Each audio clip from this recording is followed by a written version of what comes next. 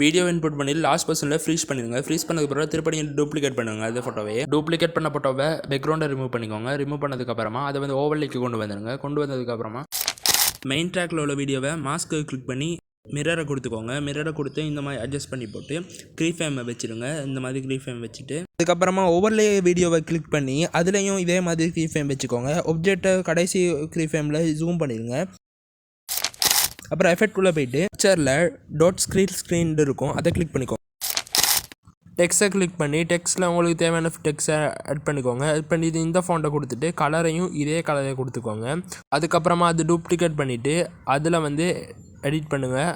இதே ஃபோன்ட்டை கொடுத்து கலர் வேறு கலர் சேஞ்ச் பண்ணிவிட்டு அதை கொஞ்சம் அட்ஜஸ்ட் பண்ணிக்கோங்க. இந்த ஸ்க்ரீனில் காட்டுற மாதிரி அட்ஜஸ்ட் பண்ணதுக்கப்புறமா இதுக்கு இந்த எஃபெக்ட்லாம் போட்டு அட்ஜஸ்ட் பண்ணிக்கோங்க.